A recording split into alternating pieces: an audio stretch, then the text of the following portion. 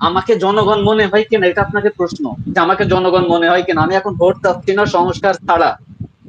কথা বুঝছেন? মানে আমি এইটুকু মানে আপনি আপনাকে বলতে বললাম। চাচ্ছেন যে আগে নির্বাচনটা দিতে হবে, তবে আগে সংস্কার হ্যাঁ, কার্যক্রম শেষ আপনারা করে সবাই তারপরে না, প্রত্যেকটা নেতা এখানে এসে মানে মিডিয়ার সামনে এসে বলে যে জনগণ চায়। তা আমাকে কি জনগণ মনে হয় না জনগণ মনে হয় না? আপনারা এক একজন রকেট সায়েন্স নিয়ে এসে এমন ভাবে বসেন যে মানে ইলন মাস্ককেও আপনারা ছাড়িয়ে যান। আপনারা এমন বিজ্ঞানী, কথা বুঝছেন? আমি যে কিন্তু আমার রাজনীতি ফেস করে দেখে সে কথা বলছি, রাজনৈতিক শোনেন ভাষায় কথা বলে। একটা মিনিট। আপনার আরিফুল্লাহ যে ভাই, ভাষা, আমি এটা কিন্তু আমার কোনোভাবেই ফেস ছাড়া, রাজনৈতিক কর্মী কিংবা শোনেন, নেতার ভাষা নয়। না না, আপনি আমি নিজেকে কিন্তু অনেক বেশি বড় মনে করেন। না আমরা না বড় না কিছু না, নই, অসম্ভব। আমরা জনগণের আমি সেবক, আমরা জনগণের জুতা টাইনা খাই। এতক্ষণ আমজনতার ভাই যাদের সমালোচনা করেছেন, এরা ক্ষমতায় অধিষ্ঠিত হয়েছে আপনাদের মতো রাজনৈতিক দলগুলোর ব্যর্থতার কারণে। আপনারা তখন সঠিক ভূমিকা পালন করতে ব্যর্থ হয়েছেন। এখন জনগণ যদি আপনাদের প্রশ্ন করে আমরা সঠিক ভূমিকা পালন করতে কেন ব্যর্থ হয়েছেন, আপনাদের ব্যর্থতার কারণেই না ভালো ছেলেরা আজকে আমাদের নেতৃত্ব দিচ্ছে।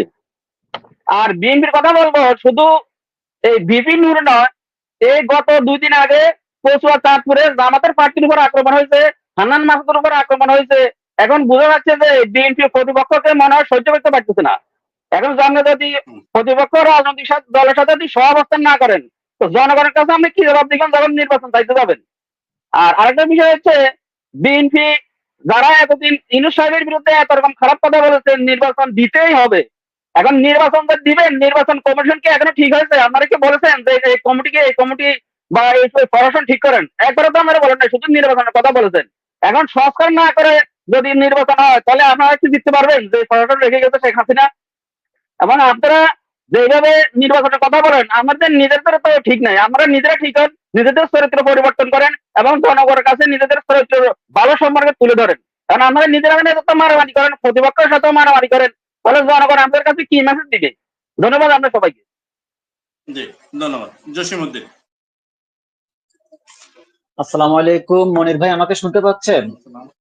জি, শুনতে পাচ্ছি। মনির ভাই, অসংখ্য ধন্যবাদ আপনাকে আমাকে সংযুক্ত করার জন্য। মনির ভাই, আপনার মাধ্যমে আমি আরিফ বিল্লাহ ভাইয়ের কাছে একটা প্রশ্ন করতে চাই একদম বিনীত ভাবে। আরিফ বিল্লাহ ভাই, দেখেন তো আমার ফেসটা একটু মানুষের মতো লাগে কিনা, সাধারণ জনগণের মতো লাগে কিনা, একটু বলবেন দয়া করে যে আমার ফেসটা মানুষ অথবা সাধারণ জনগণ মনে হয় কিনা।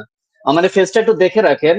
আমি আমার জীবন আজকে 38 বছর বয়স। আমি বিএনপি ছাত্রদল থেকে শুরু করে কলেজ এবং ইউনিভার্সিটিতে আমার জীবনটা উৎসর্গ করে ফেলছি, আমার জীবনের বাকি অংশটুকু। হ্যাঁ, তো এখন আমি আমি নিজে বিরক্ত বিএনপির উপরে। কেননা সংস্কার ছাড়া বাংলাদেশের যে বর্তমান পরিস্থিতি, এই পরিস্থিতিতে সংস্কার ছাড়া নির্বাচন আমার কাছে মনে হয় আমি আমার নিজের মূত্র আমি নিজে মানে সেবন করতেছি। কথা বুঝছেন? একটু দয়া করে এই জিনিসগুলো একটু মাথায় রাখবেন। এর চাইতে সভ্য ভাষায় আর কিছু বলতে পারলাম না। সকলকে ধন্যবাদ। আমাকে মার্জিত ভাবে মানে ক্ষমা করবেন। হ্যাঁ, প্রশ্নটা কি আপনার প্রশ্ন? প্রশ্নটা বললাম যে সবাই জনগণের দোহাই দেন, জনগণের কথা বলেন, আমাকে জনগণ মনে হয় কিনা, এটা আপনাকে প্রশ্ন, যে আমাকে জনগণ মনে হয় কিনা। আমি এখন ভোট চাচ্ছি না সংস্কার ছাড়া। কথা বুঝছেন? মানে আমি এইটুকু আপনি আপনাকে বলতে বললাম। চাচ্ছেন যে আগে নির্বাচনটা দিতে হবে, তবে আগে সংস্কার হ্যাঁ, কার্যক্রম শেষ আপনারা করে সবাই তারপরে না, নির্বাচন। প্রত্যেকটা নেতা এখানে এসে মানে মিডিয়ার সামনে এসে বলে যে জনগণ চায়। তা আমাকে কি জনগণ মনে হয় না জনগণ মনে হয় না?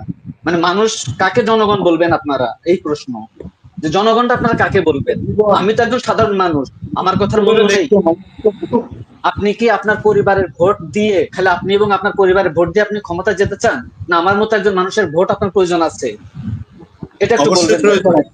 তা যদি প্রয়োজন থাকে তাহলে আমাদের কথার মূল্যায়ন কোথায়? আমাদের কথাটার মূল্যায়ন আপনারা কিভাবে দিচ্ছেন? আচ্ছা জসিমউদ্দিন ভাই, আমি একটু আপনাকে বলি, জি ভাই, আপনি বলেন। বাংলাদেশে দেখেছেন প্রধান উপদেষ্টাই তো সবচেয়ে সম্মানিত ব্যক্তি। উনি অবশ্যই। জাপান গেলেন, জাপান গিয়ে বলে যে বাংলাদেশে একটি দল নির্বাচন চায়, অথচ মাত্র 46টি দল নিবন্ধিত, তার মধ্যে 43টা নিবন্ধিত দল, অনিবন্ধিত দল সব 53টা নির্বাচন। মনির ভাই, প্রধান উপদেষ্টা একটি দল নির্বাচন চায় বলেন নাই, বলেছেন একটি দল ডিসেম্বরের মধ্যে নির্বাচন চায়। ডিসেম্বরের হ্যাঁ, মধ্যে অবশ্যই অবশ্যই। মনির ভাই, মনির ভাই, 53টি দল হ্যাঁ হ্যাঁ, ডিসেম্বরের মধ্যে নির্বাচন। আপনাদের এখন সবার প্রতি শ্রদ্ধা, আমি আপনাদের সবার প্রতি শ্রদ্ধা রেখে একটু সময় দিবেন, যত আপনারা বিশ্লেষণ করার সুযোগ পাবেন। হ্যাঁ হ্যাঁ, আপনি সংস্কার কত বছর বসে করবেন? সংস্কার এখন তো সেই সংস্কার ওনারাই ধরা খেয়ে গেছে। আমরা ওনারা আমি বলছে নিজেও একজন ভুক্তভোগী, আমরা কিন্তু সংস্কার করার সুযোগ দিচ্ছি না তাকে, আমরা প্রধান উপদেষ্টাকে সংস্কার করার সুযোগ তো দিচ্ছি না। এই আন্দোলন এইটাই সেই আপনি আন্দোলন অসত্য আমরা কথা তাকে বলেছেন। বিভিন্ন অ্যাঙ্গেলে ব্যস্ত রাখছি রে ভাই। এইটাই অসত্য কথা বলেছেন, কারণ না। উনি প্রথমে এসে সকল নির্বাচন ওই দলীয় দল থেকে, রাজনৈতিক দল থেকে 15 দিনের মধ্যে সংস্কারের সুপারিশ দিছে। 1 মাসের জন্য কমিটি করেছে, 1.5 মাসে 2 সবই মাসের ঠিক মধ্যে আছে, কমিটি আমরা জমা দিয়ে দিয়েছে। এখন আপনি তো এটা অসত্য কথা বলেন। বাংলাদেশ না না আগেই না তো না বাংলাদেশের প্রেক্ষাপটে শোনেন বাংলাদেশের প্রেক্ষাপটে যদি আমাকে মনে করেন যে 8-5 জন মূর্খ মানুষের মতো স্বল্প শিক্ষিত বা জ্ঞানহীন মানুষ, তাহলে হয়তো ভুল করছেন। অবশ্যই আল্লাহ যথেষ্ট জ্ঞান বিবেক বুদ্ধি আমাকে দিয়েছেন। হ্যাঁ, অতি জ্ঞানী, মানে এটাকে না না বলে আমি অতি জ্ঞানী মানে না। আপনারা এক একজন রকেট সায়েন্স নিয়ে এসে এমন ভাবে বসেন যে মানে ইলন মাস্ককেও আপনারা ছাড়িয়ে যান, আপনারা এমন বিজ্ঞানী, কথা বুঝছেন? তারপর আপনার আপনারা ইলন মাস্কের চেয়েও মহাবিজ্ঞানী।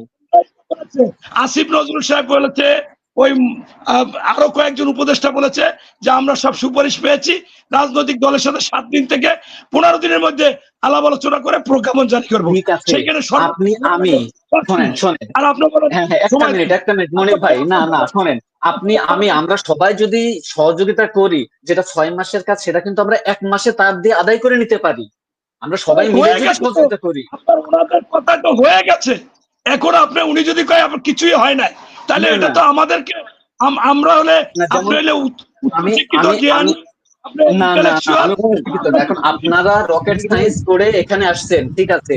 এখন আমি ব্যক্তিগতভাবে চাই না ডক্টর ইউনূস 5 বছর ক্ষমতায় থাক বিনা নির্বাচনে।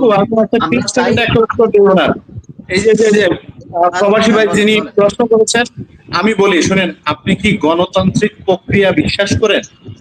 অবশ্যই বিশ্বাস করি, অবশ্যই গণতান্ত্রিক প্রক্রিয়া বিশ্বাস করে, নির্বাচন বিশ্বাস করি। আমরা সারাদিনে বিগত 17 হাজারো মানুষের সাথে কথা বলি, হাজারো মানুষের মধ্যে আপনি 2 জন 3 জন 1 জন 5 জনের মতো, অর্থাৎ 1000 জনের মধ্যে যদি 5 জন বলে নির্বাচন চাই না, আর যদি 1000 জন চাই নির্বাচন চাই, কোনটা করবো আপনি বলুন।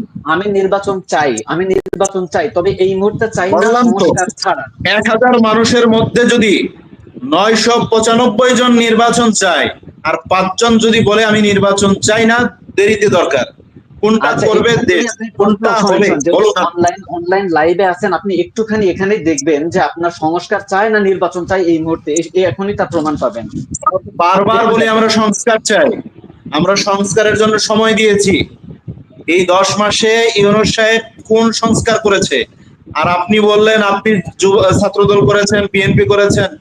ভাই, আমরা রাজনীতি করি, আমরা মানুষ দেখলে বুঝতে পারি যে রাজনীতি করে সে রাজনৈতিক ভাষায় কথা বলে। আপনার যে ভাষা, এটা কোনোভাবে রাজনৈতিক কর্মী কিংবা নেতার ভাষা নয়। আপনি নিজেকে অনেক বেশি বড় মনে করেন, আমরা বড় কিছু নয়, আমরা জনগণের সেবক, আমরা জনগণের জুতা টাইনা খাই, আমাদের কাজ একটাই, বুঝতে পারছেন? জনগণের জন্য জনগণ যা চায় সেটাই করার চেষ্টা করি। আমরা অশিক্ষিত মূর্খ, আমরা রাজনীতি করি, আমরা জনগণের জন্য করি। একটু দেখে আসেন, আপনি দয়া করে নিচের কমেন্ট বক্স গুলো একটু দেখে নেন, আপনি দেখে নেন। আপনি অনেক শিক্ষিত, আমরা অশিক্ষিত। অসংখ্য ধন্যবাদ। অশিক্ষিত, আমি আরিফ বিল্লাহ অশিক্ষিত, আমরা অশিক্ষিত না। কাউকে অশিক্ষিত বলিনি।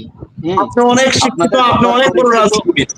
না আমি কোন রাজনীতি করবেন, আসেন আপনি দেশে ফিরে আসেন। না এটা আপনাদের জন্য আপনারাই করবেন, ইনশাআল্লাহ আপনারাই করেন, ওইটা আমাদের লোভ নেই।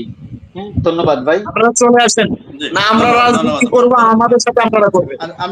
আমরা একসাথে আমি একটু বাকি দর্শকদের প্রশ্নটা নেই। ইকরামুল হক বলেন।